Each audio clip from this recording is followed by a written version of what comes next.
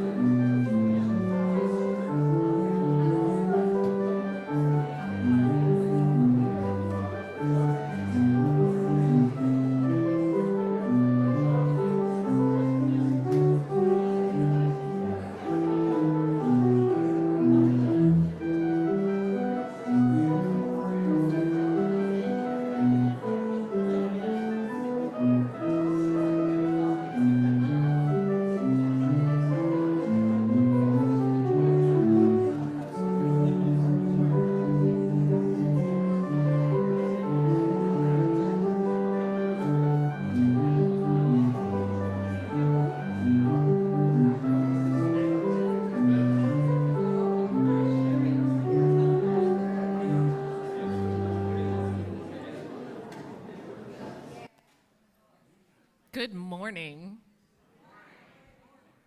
Welcome to First Parish Brewster Unitarian Universalist. Our church was founded in 1700, but has continuously changed and grown to respect and cherish all of the world's religions, as well as the insights of modern science. We call ourselves seekers after truth and practical goodness. I especially like that practical part. Because the one thing we can all be sure of is that none of us have all the answers. We do, however, believe in the power of questions. Questions we ask ourselves, curiosity we hold out for one another, and inquiries about how to make this world a better place, one word and deed at a time. I'm the Reverend Julia Jones, and I use she, her pronouns. I am joined today by my spouse, co-minister, and partner in petty crime, Reverend Scott Hull. We are both delighted to be back from vacation here with you. Before we begin, I'd like to offer our gratitude to all of those who held down the pulpit in our absence. I'm not saying that that is a huge job, but it takes many cooks to fill a kitchen that is usually inhabited by somebody else. So I greatly appreciate all of those efforts. I would also like to offer our gratitude to Cayeza and our pop-up choir for making summer worship so deeply satisfying. We would also like to thank Anna and all of our CYM volunteers for their work with our young people, to the greeters, to the ushers, to our tech team, and the members of Cove, our volunteer brigade that makes the wheels on the bus go round. They're the ones I ask what's happening, by the way. We send our unending thanks to the coffee hour and snacks crew, without whom we would be wilty and sad. We are delighted to receive the gifts of your time, talent, and treasure. Now let us give an enthusiastic and visible welcome to our online friends. We are so glad you've decided to join us in the ether today. If you are visiting with us this morning, please take a moment to fill out the information card in the pew in front of you so that we can stay in touch. Also, please stick around for coffee hour so we can get to know you and ply you with baked goods. Some announcements for the good of the order. Summer is a good time to thank our neighbor for their ongoing generosity in the back end of the parking lot. As you and your visitors seek out nourishment and camaraderie, as you plan your back to the church year committee meeting, as you consider meeting with a few folks from the community, please put Uncle Pete's somewhere on your list of places to spend your time and money to let them know that you are from First Parish and we are grateful for those parking lot graces that they give us. Secondly, every congregation that Reverend Scott and I have been a part of has seen financial scams that use the names of ministers, staff members, even other members of the congregation in some cases. And it's not just our congregations. I realize as I said that made it sound a little spooky. This happens everywhere, okay? Please verify such requests before responding and know that your ministerial team will never reach out to you for gift cards, for bail money, for help in securing funding you've heard nothing about, or even for emergency assistance for someone via email. As a tech tip, it's always wise to check the email address next to the sender's name, all right? And also, if you really think it might be legit, ask the sender to call you, knowing that they should have access to Breeze and can find your phone number. And if they call you, you'll have another clue, right? But always feel free to check with us. Did you send me this? Did you call me? Did you send me a message? We'd be happy to answer that. Please do not send resources to folks who claim to be us. Thank you. Finally, today is your last chance to order your 325th anniversary t-shirt. There will be a table for that at coffee hour, or you can contact Paula Lieb.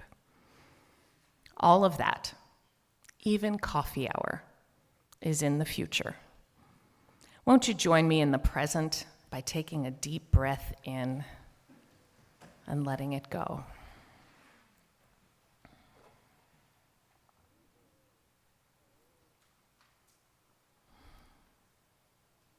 Welcome to now. Let us prepare our hearts and minds for worship.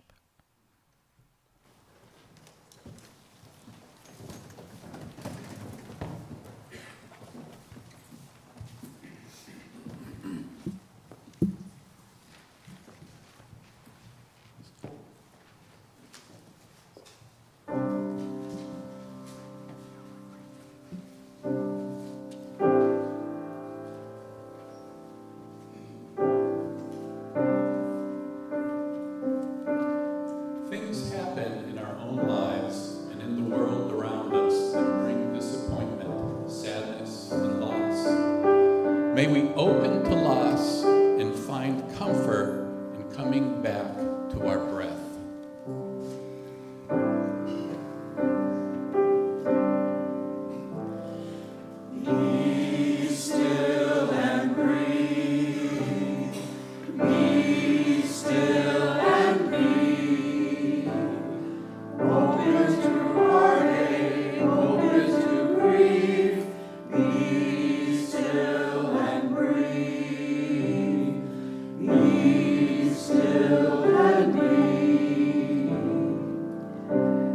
Joy can be contagious. A smile, a wink, a laugh, a play on words, a surprise visit from someone, or the look on a friend's face when we give them a gift. May we always be open to joy.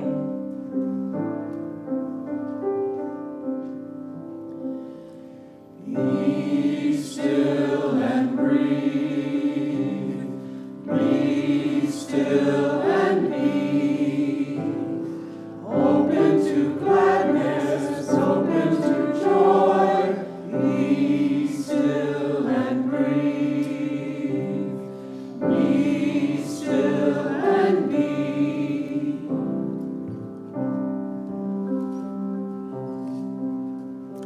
A person says something to us with words that sting. There are actions taken in the world that are outside our control but hurt real people or harm the earth, our home. Anger rises up and we breathe.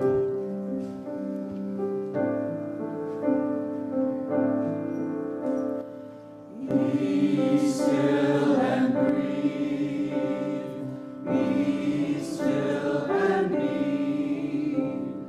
Open to anger, open to hurt. Be still and breathe. Be still and be. We wake up to a bird song. The sun kisses a leaf good morning. Coming into a room, someone holds the door. A piece of music stirs the soul. Beauty is all around us. Grace is calling to us.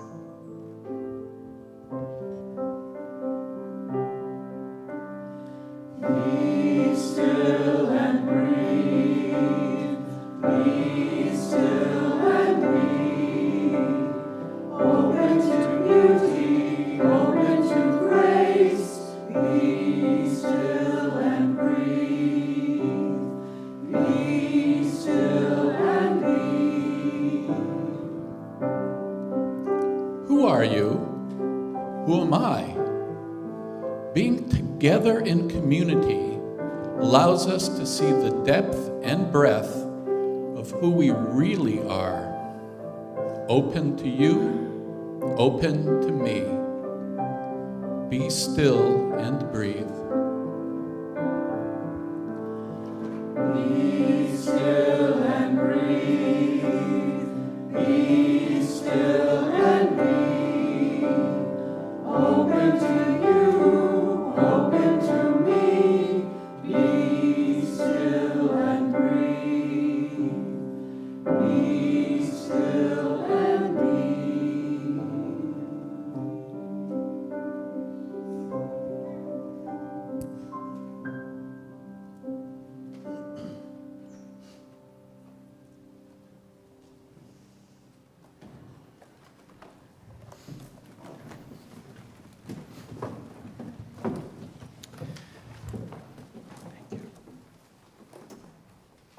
Our chalice lighting words this morning come from the great Wendell Berry, who gives us this. Within the circles of our lives, we dance the circles of the years, the circles of the seasons, within the circles of the years, the cycles of the moon, within the circles of the seasons, the circles of our reasons, within the cycles of the moon. Again, we come and go, changed, changing. Hands join, unjoin in love and fear, grief and joy. The circles turn, each into all. At this time, I'd like to ask the gathered body to rise in spirit or in body and turn to face the middle of the sanctuary. We're going to do our affirmation. Those of you who are on, let's say, this side, will be reading the plain text, and thus on this side will be responding with the words in italics. Are you ready? We believe in love. Love is the doctrine of this church. We believe in truth. The quest for truth is its sacrament. We believe in helping others. And service is our prayer. We believe in the sacredness of life. To the end that all souls shall grow into harmony with the divine. Let's take a moment and greet our neighbors.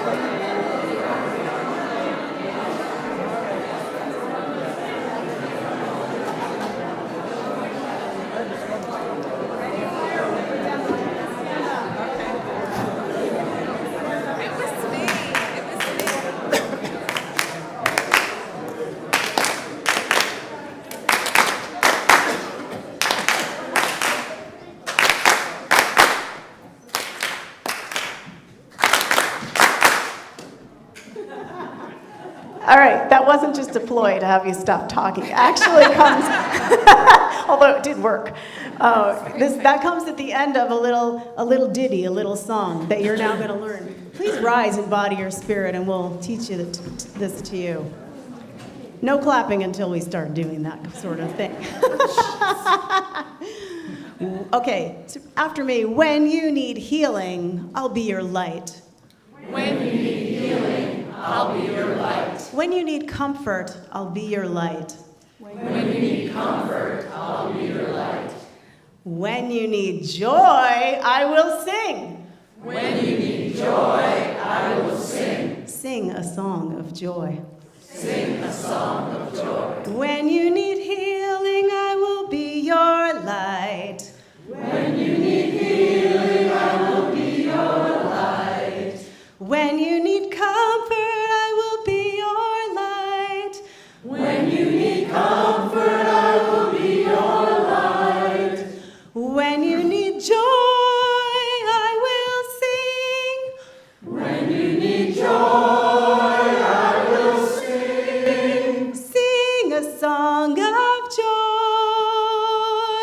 Sing a song of joy.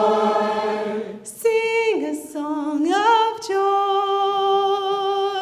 Sing a song of joy. When I need healing, will you be my light? When I need healing, will you be my light? When I need comfort, will you be my light? When I need comfort, will you be my light? When I need joy, will you sing? When I need joy, will you sing? Sing a song of joy. Sing a song of joy. Sing a song of joy. Sing a song of joy. And let's try it. We'll just fumble along. Just try it. When you need healing, you'll be my light. When you need comfort, you'll be my light. When you need joy, I will sing. Sing a song of joy. Sing a song of joy. When I need healing, will you be my light? When I need comfort, will you be my light? When I need joy, will you sing? Sing a song of joy. Sing a song of joy. A little faster. When you need healing, will you be my light? When you need comfort, will you be my light? When you need joy, will you sing? Sing a song of joy. Sing a song of joy. When I need healing, will you be my light? When I need comfort, will you be my light? When I need joy, will you sing? Sing a song of joy. Sing a song of joy. Sing a song of joy. Sing a song of joy. Sing a song of joy. Sing a song of joy. All right.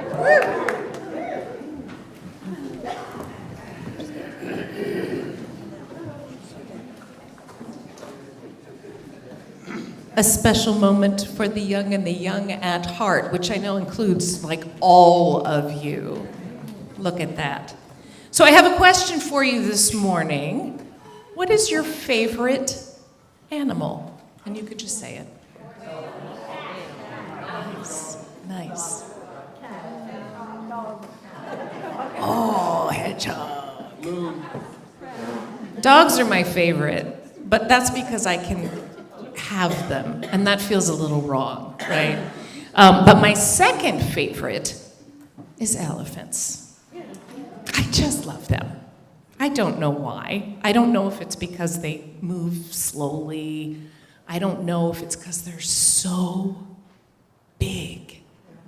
I don't know if it's because scientists say they're smarter than a lot of other animals, although I feel like I liked them best before that. But one thing that I do love about them especially is the way that they treat one another. I imagine some of you know this, but maybe some of you don't. So let's just think for a minute about elephants. And if you want to close your eyes, you can, but you don't have to. Just kind of imagine them in their places, which are not here, even though you may see them in a zoo or something here. You know full well that they don't live in North America. They live mostly in Africa and also in Asia, and they are different kinds, something that took me a lot of time to understand, different ear shapes, lots of other differences. Just imagine them in their place. And imagine that one of the herd, because they herd, imagine that one of the herd is injured. And I can guarantee you that at any given moment, one of the herd is probably injured, right? This is how it works when we herd. What do you suppose elephants do when one of the herd is injured? There's lots of options, right? We could leave that individual there and maybe go get things for them to help them. We could just leave that individual there in the trees or wherever else they might be, resting. We could walk in twos and have the individual be at the back, where predators are more likely to get that individual elephant. They don't do any of those things. Elephants circle round. Elephants put the most vulnerable member in the middle. And they walk that way.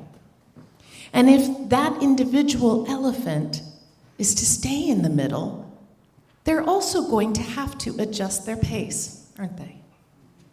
Because if you just walk however fast you want to walk and you're not hurt, you're going to eventually bump into the injured elephant and make things worse. And that's what they do. This is how they travel. This is how they herd. This is how they behave in elephant community. They circle round the most vulnerable and go at the pace required to protect them. Yay for elephants. Yay for elephants. Thank you. Hallelujah for elephants. I'll take it. I will take it. Thank you for listening to my story about my second favorite animal.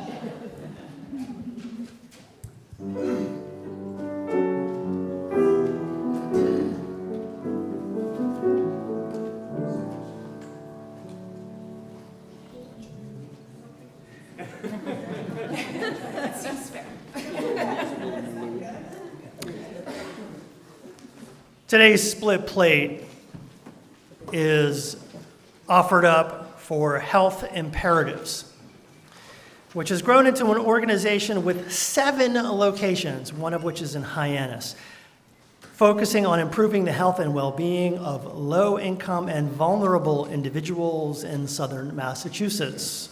They offer sexual and reproductive health care, nutrition assistance, and survivor support. The organization was nominated by the Reproductive Rights Task Force. Your offering will benefit this vital organization as well as here, FPBUU. The offering will now be gratefully received.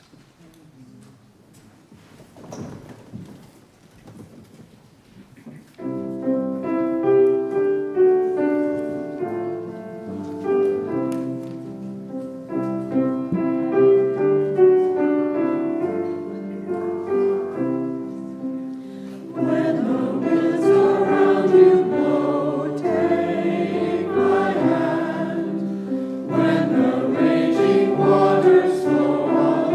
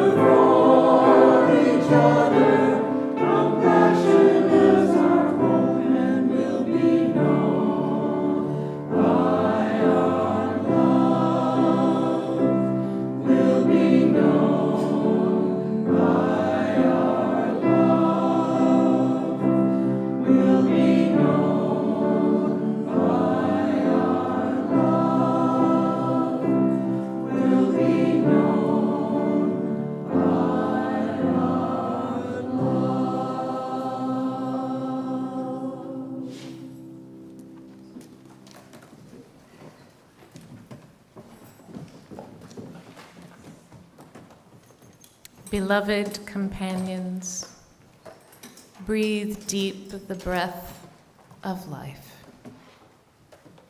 Let down the cares of the world from your shoulders, if only for this moment, as we hold one another in loving community. Feel your feet on the floor and the floor on the earth, offering steadiness in a chaotic world. Let us choose this moment. Let us claim this moment as one of stillness and support. I invite you into an opportunity to cease the inner conversation. Pause the movement. End the doing and the relentless planning of the doing. Make space for hearing, for listening. Listening for the quiet voice of comfort, of inspiration, and of assurance that you, each and every one of you, are beloved in this world. As we move into a shared moment of silence, I invite you to speak aloud into this compassionate community the names of those you hold in your hearts today.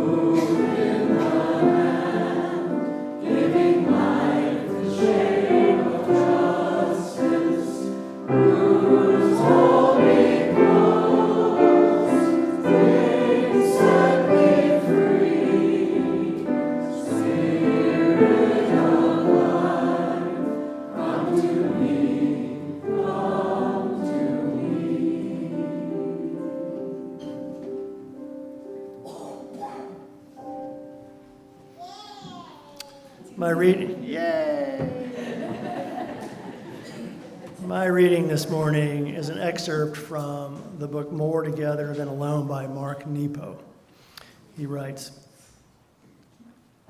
"Now, all the things we have in common, all the endeavors of respect that we treasure, all the ways that we find strength in our kindness, all our efforts of heart, matter now more than ever. We are at a basic crossroads between deepening the decency that comes from caring for each other and spreading the contagion of making anyone who is different into an enemy.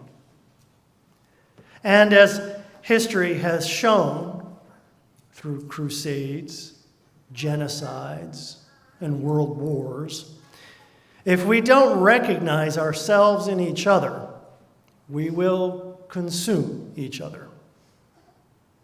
We must remain open and steadfast in the face of fear and violence. We must never make a principle of the pains and losses that darken our hearts. And we must keep voicing the truth of human decency, no matter the brutalities that try to quiet us. It is the choice of decency that keeps us human.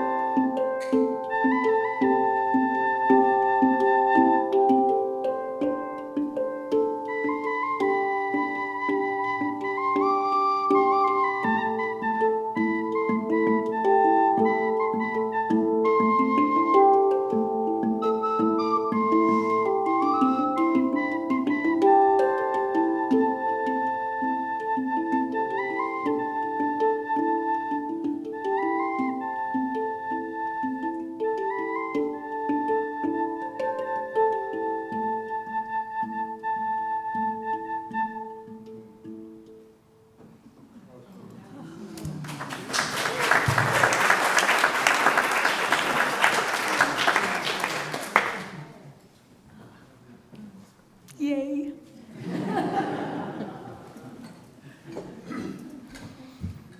I'm really glad to be back, and vacation was lovely.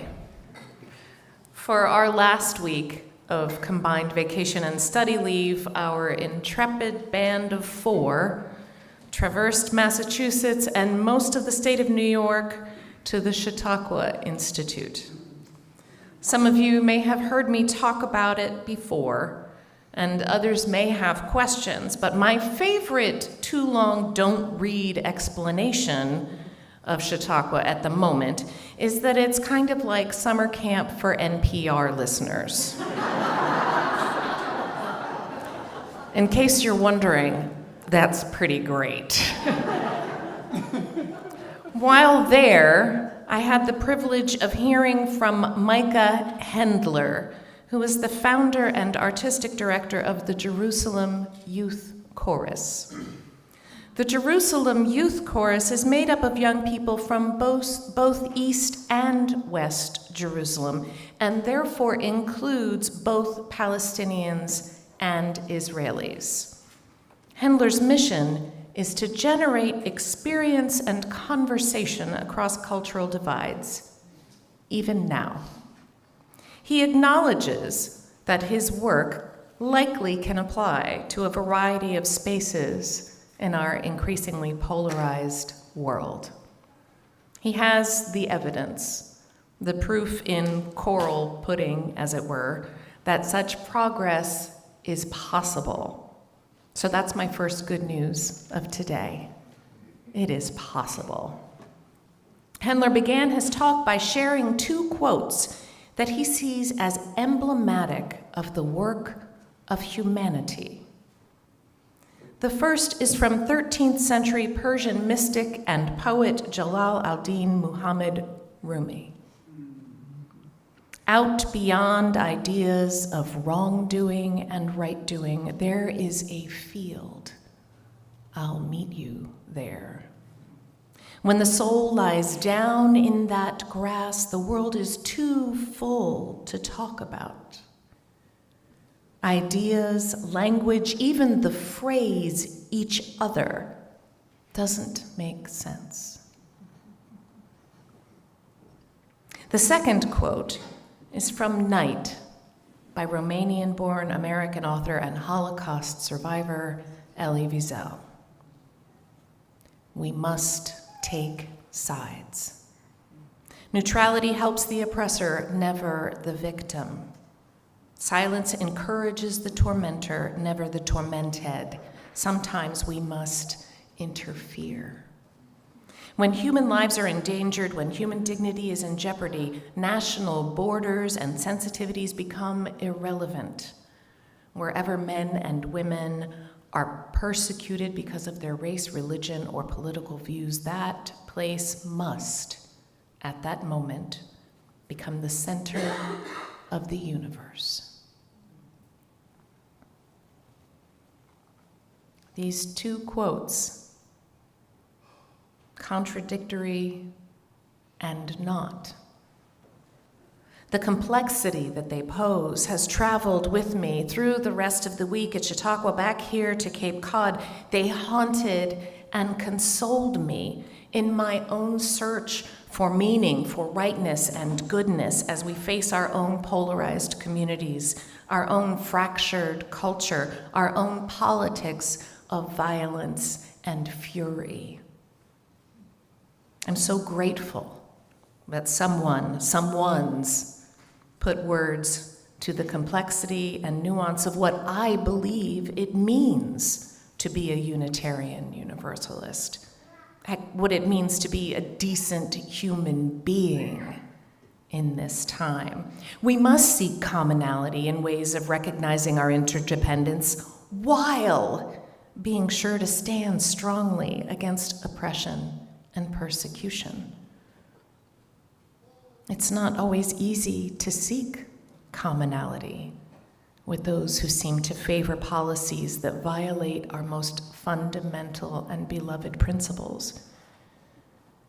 And it's not always easy to know when it's the right moment to stand strongly or loudly or even angrily, rather than attempting to change folks' hearts by building a bridge.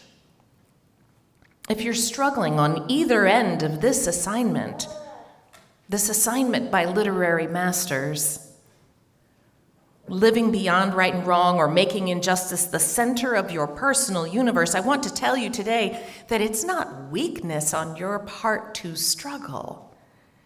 It's not a lack of moral fiber. It's more the basic reality of the complexity of the assignment and the fact that different moments may genuinely call for different proportions of these approaches. The difficulty, however, does not excuse us from working at it, attempting repair, remaining open, exercising compassion, and siding with justice and liberation again and again and again. This is our task. Part of the success of what Handler and the Jerusalem Youth Chorus are doing is because of music.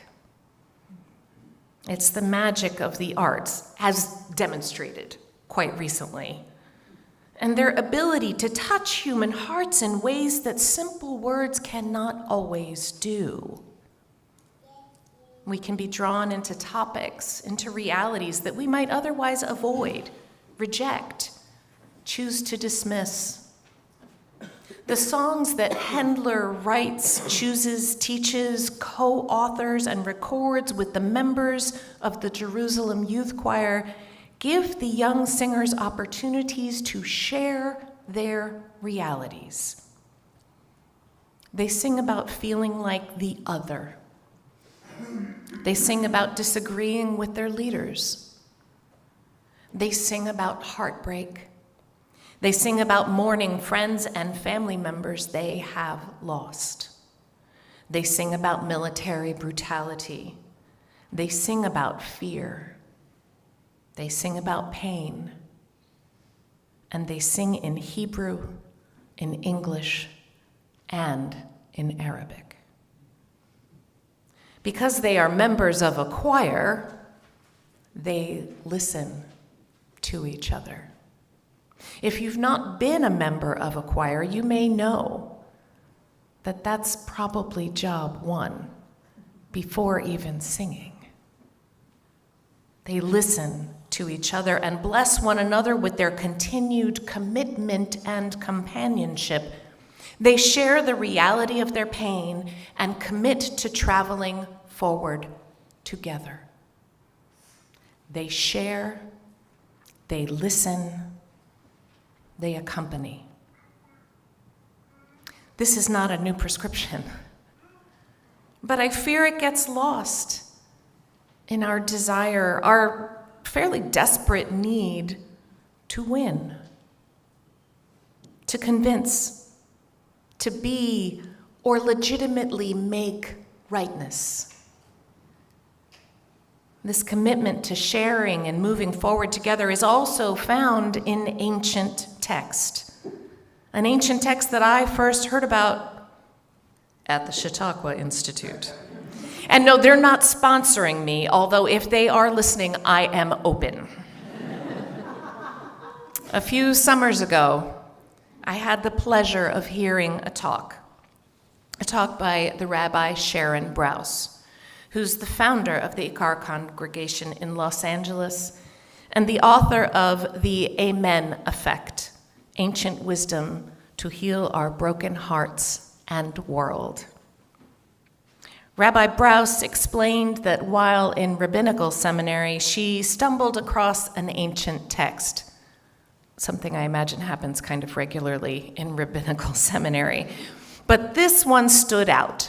It was life-changing. It was about an ancient pilgrimage ritual that occurred at the Temple Mount in Jerusalem, the most holy of holies as far as locations went in ancient Jewish life. Hundreds of thousands of people would converge on this site and would enter the courtyard of the temple.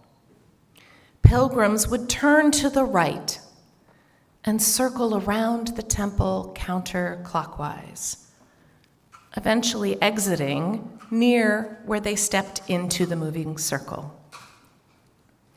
Someone suffering, someone who'd experienced some kind of heartbreak, loss, or personal devastation, someone injured by the act of living, would also enter the courtyard, but the heartbroken would turn to the left and circle in the opposite direction. Brous describes this movement just as we do when we're hurting, every step against the current. Those who were not heartbroken on that day would ask those circling on the inside in the opposite direction, what happened? The bereaved would answer a simple sentence, a brief but true accounting of their sorrow. I lost my mother. I found a lump.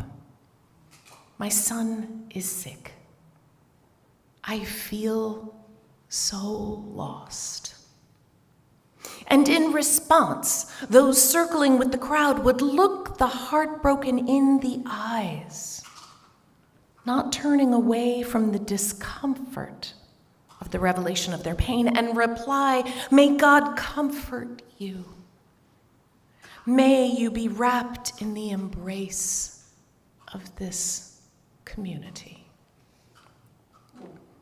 Brous goes on to explain that this ancient ritual imparts healing and spiritual grounding of a kind that seems to vastly outweigh the simplicity of what is happening. The heartbroken person who is most likely fighting every urge to self-isolate, because many of us do this. We hide and keep our pain to ourselves because we're sure nobody could possibly understand, and we are equally sure we don't want them to feel like they should help or see pity in their eyes. We don't want to impact everyone's or even our own understanding of who we are by being in public, but the ritual calls pilgrims to do exactly that. The ritual dictates that the faithful show up on the second to worst day of their lives. Heartbreak and sorrow can be such lonely experiences. And speaking for myself, even if I made the decision to show up at social events or other gatherings while heartbroken, I still felt so terribly alone because I couldn't settle into community while holding that boulder of grief. Being in community when you're in great sorrow is like visiting another planet. It doesn't make sense that other people could just go on with the usual things when our heart is broken. We feel compelled to put on a good face in order to preserve the occasion. And in doing so, we miss the chance to be utterly and truly human together, to invoke the holy. And here's where this ancient ritual gets really good, especially in a time of fear and polarization, of closely kept preferences and guarded answers. Because in the dictates of this pilgrimage, the mourner doesn't just show up. The heartbroken is commanded to be honest. Brous, again, the whole world moves seamlessly in one direction and you in another. And even still, you trust that you won't be marginalized, mocked, misunderstood. In this place, you will be held, even at the ragged edge of life. The heartbroken get to reveal the most awful. And they are, again, by the dictates of ritual, by the text of the Mishnah, told they are not alone in their suffering. In fact, the whole ritual makes it abundantly clear that the heartbroken are not alone in their suffering, as there's never only one person struggling to go in the opposite direction. They suffer as so many others suffer. And they are seen by their makeshift group, tied by tradition, by heritage, by religious law, a temporary family of love to let the heartbroken know that they can safely enter the world in pain and that they will be accepted. They will be accepted, and conditions will continue to change. Today, these folks are the heartbroken, but it's obvious to all involved that it could just as easily be an entirely different group the next day. Those receiving comfort in this moment will likely be the ones offering it in the next. We will all be hurt. We will all be held.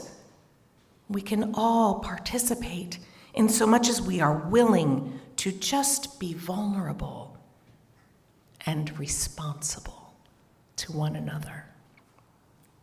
This is how community is built. This is how we hold the balance beyond right and wrong and standing up for the vulnerable. This is how humanity and dignity are assured.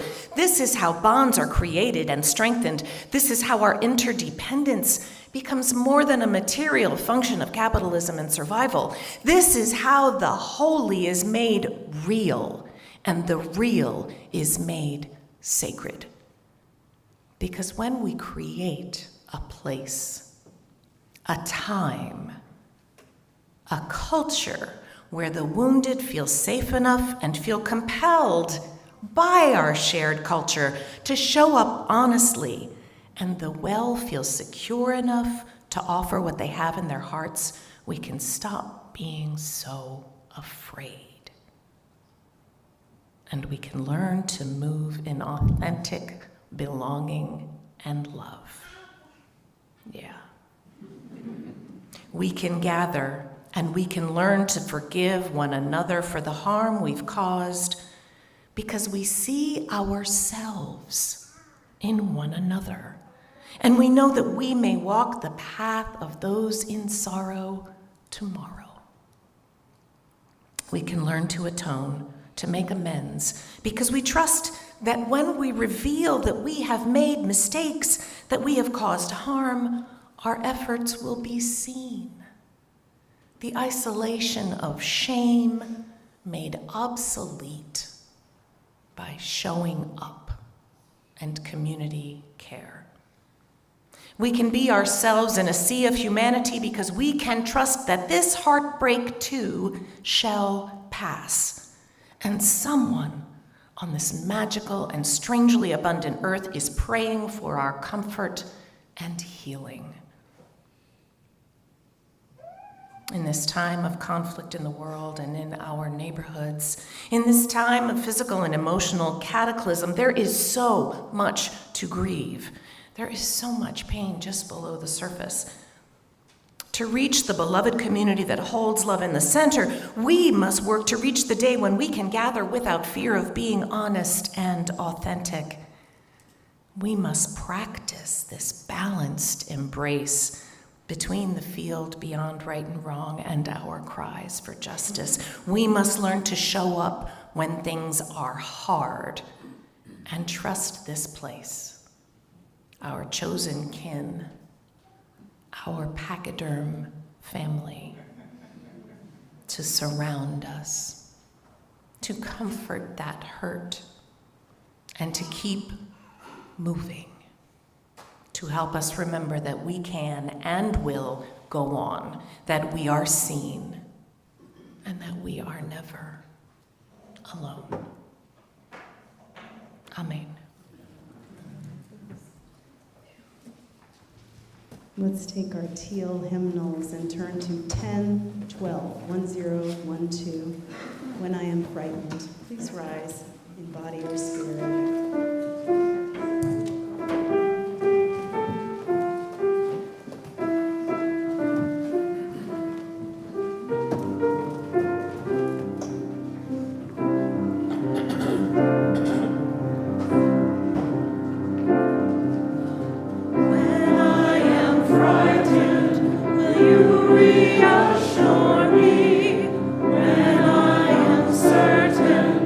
You hold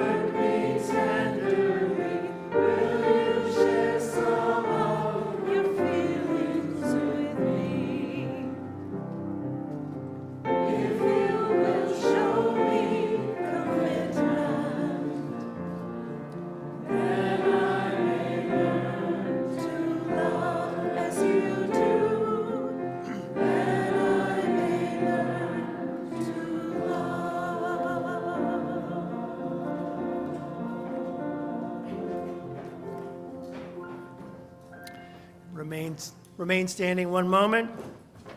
Our chalice extinguishing words this morning come from Craig Rowland, member of a congregation in Salem, Oregon. They write, "As we extinguish this flame, let us carry its glow into the choices ahead. Happiness grows not from comfort, but from connection, from feeling valued to ourselves and others, from enlarging our sympathies, from embracing a life of affection and purpose.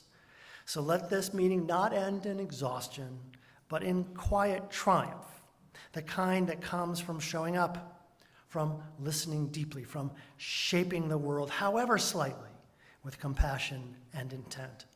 We go forward not alone, but as companions in covenant, tending to the common good with hope, with humor, and with heart." If you're comfortable doing so, I would encourage you to join hands at this moment. If that's not comfortable for you, it's really okay. As we move forward from this place today, know that you take whatever touch of love, of inspiration, of comfort, of softness, of healing, you take that out with you into the world. We are different for spending this time together. May you continue to be lights to those outside of these doors, just as you are lights to each and every one of us here within. Be blessed. Know that you are loved. Amen.